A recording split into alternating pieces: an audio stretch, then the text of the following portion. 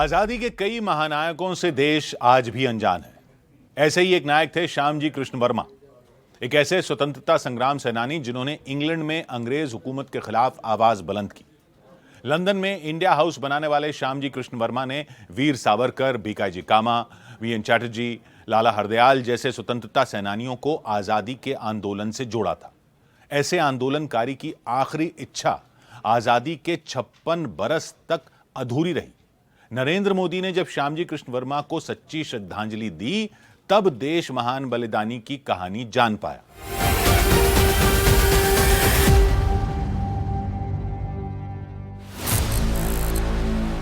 क्रांति तीर्थ मांडवी, कच्छ, गुजरात, जिन्होंने अंग्रेजों के गढ़ में रहकर स्वतंत्रता आंदोलन शुरू किया, ये उन्हीं श्यामजी कृष्ण वर्मा का स्मारक है।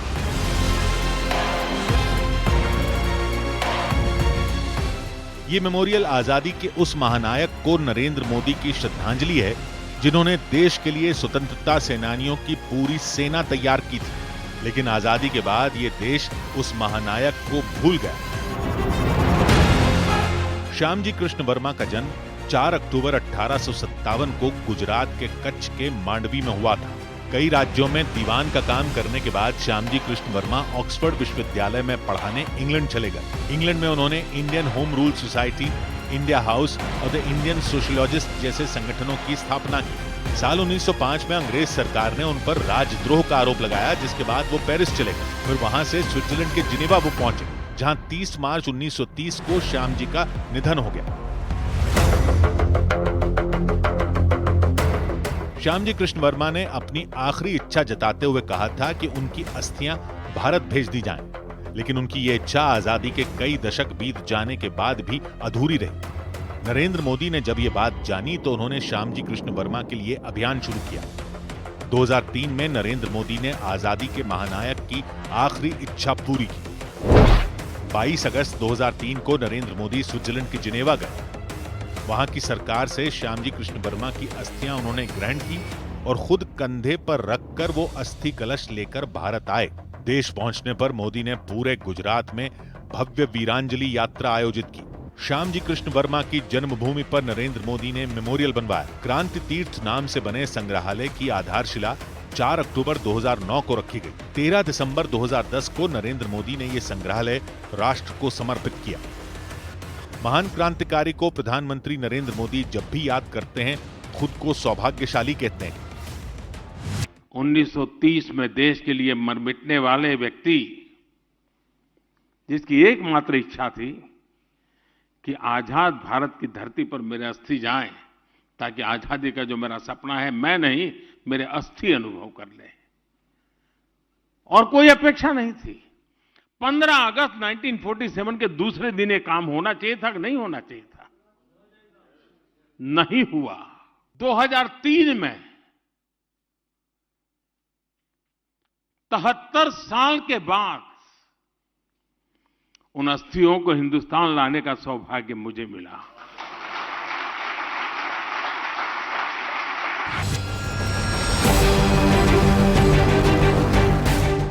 नरेंद्र मोदी नई लकीर पर चलने वाले लीडर हैं। उनके वर्क स्टाइल से लोग चौंकते हैं, क्योंकि मोदी वो कर गुजरते हैं जो कोई सोच भी नहीं पाता। जिस काम में जोखिम की मात्रा ज्यादा होती है, नरेंद्र मोदी को वही पसंद आता है। क्या कोई भी सोच सकता था कि 3 तलाक जैसे संवेदनशील मुद्दे का हल निकाला जा सकता है?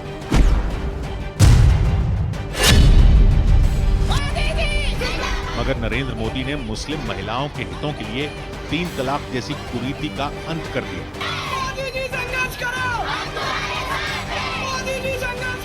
मुस्लिम महिलाओं ने इस दकियानूसी प्रथा के खिलाफ जब मुहिम शुरू की, तभी से पीएम मोदी ने साथ देना शुरू किया। 3 तलाक के खिलाफ कानून बनाया है। उसने मुस्लिम बहनों को सुरक्षा का विश्वास दिया है। अक्टूबर 2015 में उत्तराखंड के काशीपुर की रहने वाली शायरा बानो ने सुप्रीम कोर्ट में ट्रिपल तलाक को चैलेंज किया। शायरा को उनके पति ने 15 साल की शादी के बाद तलाक दिया था, वो भी लिखकर। सर्वोच्च अदालत में 3 तलाक पर 5 जजों ने ऐतिहासिक फैसला सुनाया। सुप्रीम कोर्ट ने 3 तलाक को असंवैधानिक और अमान्य घोषित कर दिया। साथ ही कहा कि कानून बनाने का काम संसद का है। आज के इस बिल का तात्पर्य न किसी जमात के खिलाफ है। जिसके बाद प्रधानमंत्री नरेंद्र मोदी ने संसद में मुस्लिम महिला विवाह अधिकार संरक्षण विधेयक पेश करवाया। साल 2017 में लोकसभा में कानून पारित हुआ, लेकिन राज्यसभा में विपक्ष के विरोध से मामला अटक गया। हालांकि ट्रिपल तलाक पर जब कानून बनाने की पहल हो रही थी, तब चौंकाने वाले मामले सामने आने लगे। मई 2019 में उत्तर प्रदेश के हरदोई की रहने वाली शीबा को उसके पति इमरान हुसैन ने एसएमएस भेजकर तलाक दिया। तलाक से पहले दहेज की मांग को लेकर शीबा को इमरान ने घर से निकाल दिया था। जनवरी 2018 में यूपी के कौशाम्बी में एक आदमी ने शराब के नशे में पत्नी को फोन करके तलाक दे दिया था। 2019 में ही हरियाणा के भिवानी में एक फौजी ने चिट्ठी लिखकर पत्नी को तलाक दिया था। वो इस बात से खफा था कि बीवी ने उससे घर खर्चे के लिए पैसे मांगे थे। जुलाई 2019 में हैदराबाद में 29 साल की हुमा सायरा को उसके 62 साल के शौहर ने व्हाट्सएप पर 3 बार तलाक लिखकर भेज दिया। मार्च 2019 में गुजरात की रहने वाली सहर बानो को उसके पति ने फेसबुक पोस्ट लिखकर तलाक दे डाला।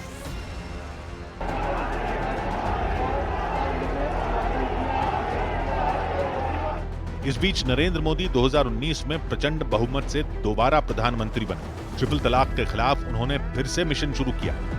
जुलाई 2019 में पीएम मोदी ने 3 तलाक के खिलाफ ऐतिहासिक कानून बनवा दिया। चाहे ट्रिपल तलाक रहा हो, चाहे और भी जितने भी सुधार के रहे हो, ये इस तरह का ये जो एक क्रिमिनल और कम्युनल क्रूर करतूत थी, क्राइम था ये, और इस क्राइम को करेक्ट किया गया। और जो मुस्लिम महिलाएं हैं उनको जिस तरह से उनके साथ ट्रिपल तलाक के नाम पर जो है वो एक भद्दा मजाक हो रहा था, वो कंट्रोल हुआ। मोदी सरकार के बनाए कानून से एक बार में 3 तलाक, जिसे तलाक बिद्दत कहते हैं, गैर कानूनी हो गया। ट्रिपल तलाक देने वाले को 3 साल तक की जेल और जुर्माने का दंड तय किया गया। साथ ही तलाकशुदा महिला को भरण पोषण और बच्चों की कस्टडी का अधिकार दिया गया। समाज में सुधार के प्रयास हों या फिर करप्शन पर जोरदार प्रहार, पीएम मोदी के ज्यादातर फैसले नई मिसाल पेश करते हैं। वक्फ बिल में सुधार कोई आसान काम नहीं था। वोट बैंक की राजनीति ने हर बार सुधार में अड़ंगा लगाया।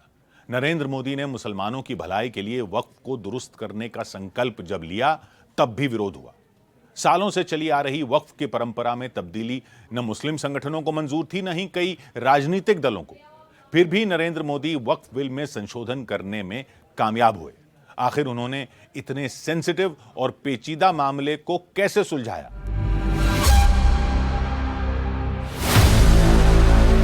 क्या शेड्यूल ट्राइब में मुसलमान नहीं होते? शेड्यूल कास्ट में नहीं होता मुसलमान? शेड्यूल ट्राइब में मुसलमान होता तो क्या आर्टिकल 25 मेरा चला गया, आर्टिकल 26 चला गया, आर्टिकल 14 चला गया, 15 चला गया, 29 चला गया? लक्षद्वीप का एक मुसलमान एमपी है, क्या उसको राइट नहीं है क्योंकि ट्राइबल है? क्या कह रहे हैं आप? इस ऐवान को क्यों गुमराह कर रहे हैं आप शेड्यूल ट्राइब के नाम पर? असदुद्दीन ओवैसी जब बोलते हैं तो गजब ढाते हैं। रैली हो या संसद, जब ओवैसी गरजने लगते हैं तो बेकाबू हो जाते हैं। संसद में जब वक्फ बिल पर बहस हो रही थी, तब भी उन्होंने सीमा लांघ दी। वक्फ बिल के पन्ने फाड़कर ओवैसी ने अपनी नाराजगी का इजहार किया। गांधी की तरह इस कानून को फाड़ता हूं। उन्होंने बिल का विरोध करते करते बीजेपी को मुसलमान विरोधी कह डाला।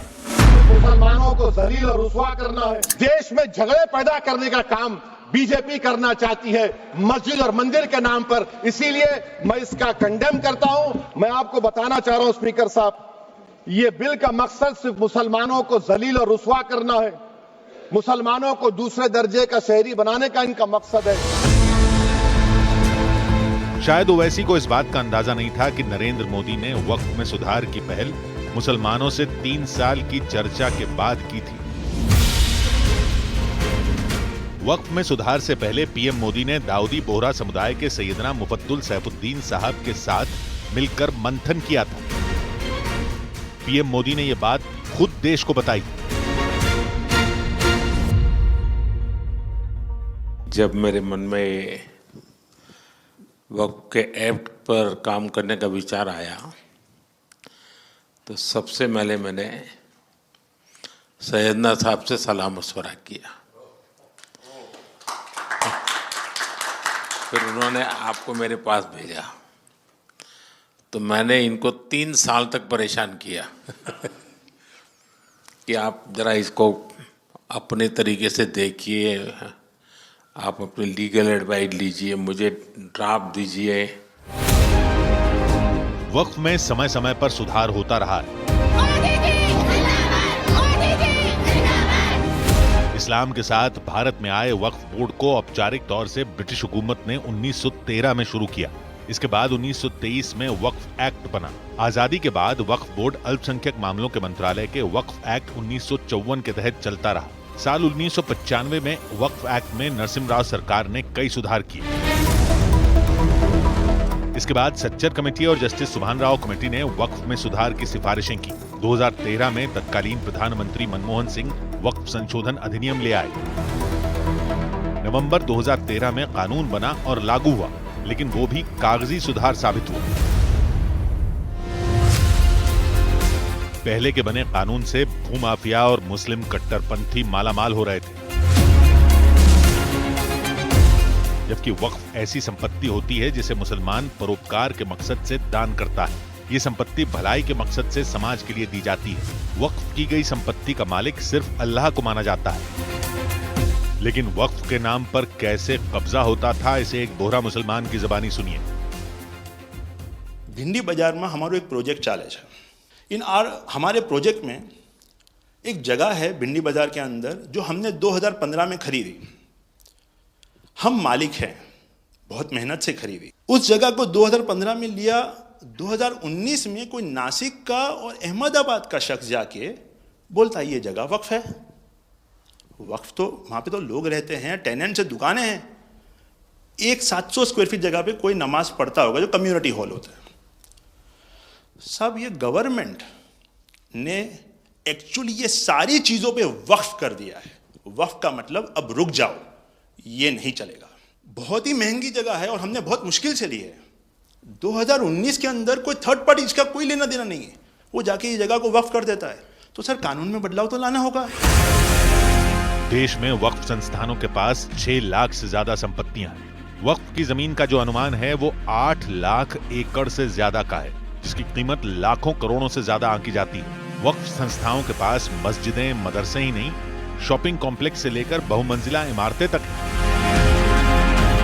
वक्फ के स्वयंभू ठेकेदारों के मनमाने दावों के कहने ही क्या थे। ऑल इंडिया मुस्लिम जमात के अध्यक्ष शहाबुद्दीन ने महाकुंभ पर होश उड़ाने वाला दावा ठोक दिया था। जमीन के बहुत सारे हिस्से पर जो शामियाने, तंबू वगैरह लगाए गए हैं, इंतजाम किए गए हैं, मेला लग रहा है, ये वक्फ की जमीन है और वहां के मुसलमानों की जमीन है। बड़ा दिल दिखाते हुए मुसलमानों ने इस तमाम व्यवस्था को कायम रखने के लिए कोई भी आपत्ति नहीं की और 55 बीघे की जमीन पर जो वक्फ जमीन है, वो जमीन पर कुंभ मेला लग रहा है। जिस कुंभ मेले की पौराणिक मान्यता है, जिसका यशगान 7वीं शताब्दी में चीनी यात्री हुएनसांग ने कर रखा है, जहां करोड़ों सनातनियों की आस्था उमड़ती है, उस पर वक्फ का दावा करना समझ से परे था। मौलाना रिजवी की बातों को किसी ने भाव तक नहीं दिया। वक्फ अधिनियम 2025 लागू होने के बाद से ऐसे दावे खुद ब खुद बेमानी हो गए। वक्फ जो है वो एक संविधान, एक संसदीय कानून था। उस संसदीय कानून को इन्होंने कहा कि ये तो आसमानी कानून है, ये तो है जो है ज़मीन का कानून है ही नहीं है। और जो इस तरह के जो है वो लूट लॉबी थी, वक्फ के नाम पर जो लूट लॉबी थी, उस लूट लॉबी ने जो है वो पूरे के पूरे इस वक्फ सिस्टम के नाम पर जो है वो जिस तरह से जो है उसको सांप्रदायिक उस पर कलर चढ़ा दिया था, तो कोई टच नहीं करता था। वक्फ की तरह नागरिकता संशोधन विधेयक में बड़ा रिस्क था। CAA यानी सिटीजनशिप अमेंडमेंट एक्ट पर जमकर राजनीति की गई, लेकिन मोदी सरकार ने नया कानून बनाकर 3 पड़ोसी देशों पाकिस्तान, अफगानिस्तान और बांग्लादेश के उन अल्पसंख्यकों को भारतीय नागरिकता देने का रास्ता साफ किया जो लोग 31 दिसंबर 2014 से पहले भारत में आकर बस गए थे। सीएए के तहत उन लोगों को अवैध प्रवासी माना गया जो भारत में वैध यात्रा दस्तावेज के बगैर घुसे और तय अवधि से ज्यादा समय तक यहां रुके। प्रधानमंत्री नरेंद्र मोदी देश में समान नागरिक संहिता की जरूरत लाल किले की प्राचीर से बता चुके हैं। मोदी सरकार ने सुप्रीम कोर्ट में जबरन धर्मांतरण को गंभीर समस्या बताया। सुप्रीम कोर्ट ने धर्मांतरण को राष्ट्रीय एकता के लिए खतरा माना। देश में धोखे से धर्मांतरण की इजाजत किसी को नहीं, लेकिन भारत के नक्शे पर कई इलाके धर्मांतरण के हॉटस्पॉट के तौर पर जाने जाते हैं। पीएम मोदी ने धर्मांतरण के इंटरनेशनल नेटवर्क का हुक्का पानी बंद कर दिया। 22 अगस्त 2025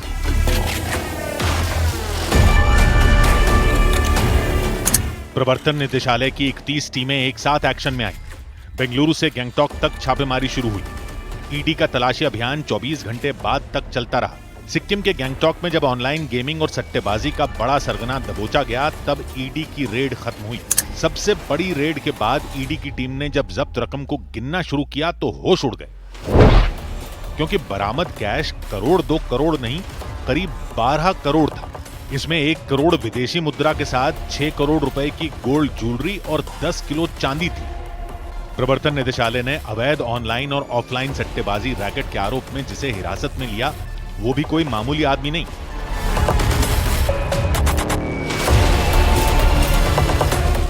ये कर्नाटक की चित्रदुर्ग विधानसभा सीट के विधायक केसी वीरेंद्र उर्फ पप्पी थे। केसी वीरेंद्र गैंगटॉक में कैसीनो डील करने पहुंचे थे, जहां उन्हें ईडी ने दबोच लिया। ईडी के मुताबिक केसी वीरेंद्र के गोवा में 5 कैसीनो पर भी तलाशी ली गई। केसी वीरेंद्र पर प्रवर्तन निदेशालय ने किंग 567, राजा 567, पपीज 003 और रत्ना गेमिंग जैसी ऑनलाइन सट्टेबाजी साइट चलाने का आरोप लगाया।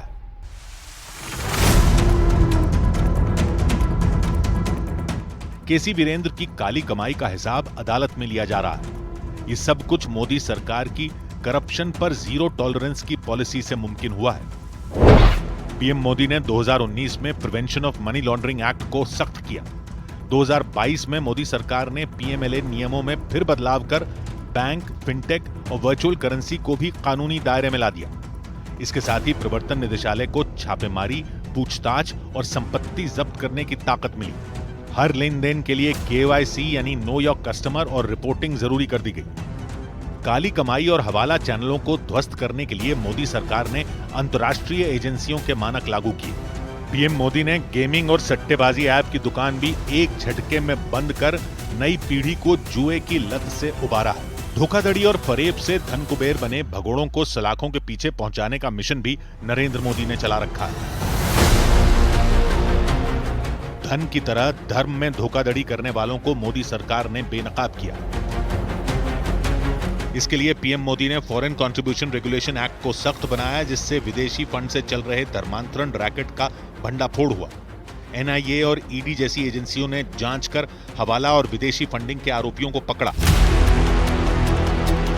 केंद्र सरकार के नक्शे कदम पर कई राज्यों ने धर्मांतरण विरोधी कानून सख्त किए। जो ये धर्मांतरण का धंधा है, इस पर जो है वो कंट्रोल करने की बहुत ज़रूरत है। और ये धंधा जो है वो कई राज्यों में तो बहुत दिन और दूना रात चौगुना फल फूल रहा है।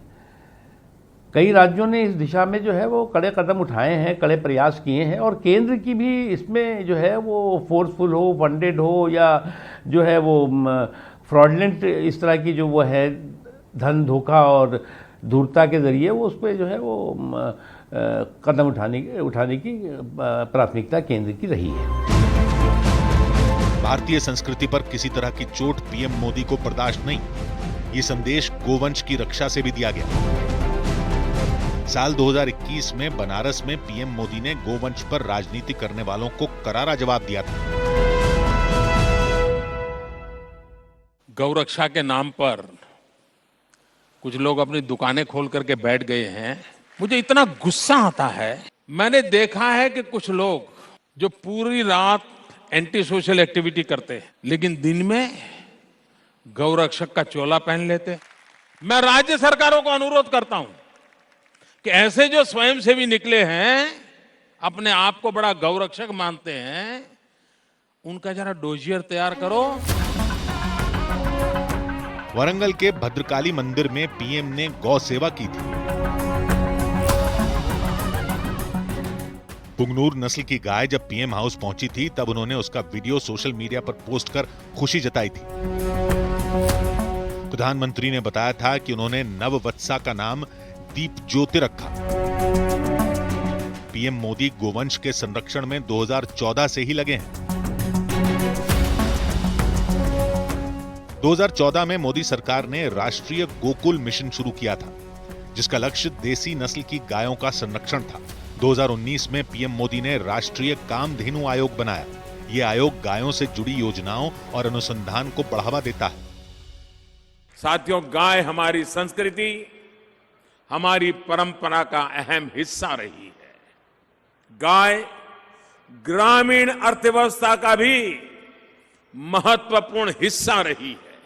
इस बार बजट में इसको विस्तार देते हुए राष्ट्रीय कामधेनु आयोग बनाने का फैसला लिया गया है। गो तस्करी पर लगाम लगाने के लिए पीएम मोदी ने सीमा सुरक्षा बल को निर्देश दिए, जिससे बांग्लादेश सीमा पर तस्करी पर रोक लग सकी। दुनिया की सबसे बड़ी सनातन संस्कृति का हिस्सा है और तब से जो है वो गो हत्या को लेकर के सबसे बड़ा पाप माना गया है और किसी भी धर्म में इसको जो है वो स्वीकार नहीं। इसलिए जो है वो मोदी जी ने इस जब आने के बाद इसको प्राथमिकता के आधार पर डील किया है। पीएम ने नागरिकों की निजता की सुरक्षा के लिए भी ठोस कदम उठाए। मोदी सरकार ने digital personal data protection act 2023 लागू किया, जिससे कंपनियों और सरकारी संस्थाओं के लिए नागरिकों का डेटा सुरक्षित रखना अनिवार्य कर दिया गया। 11 साल में सीमा से लेकर साइबर सुरक्षा तक प्रधानमंत्री नरेंद्र मोदी ने वो काम किए जो किसी ने सोचे नहीं। समय से आगे की यही सोच तो नरेंद्र मोदी को वर्ल्ड लीडर बनाती है।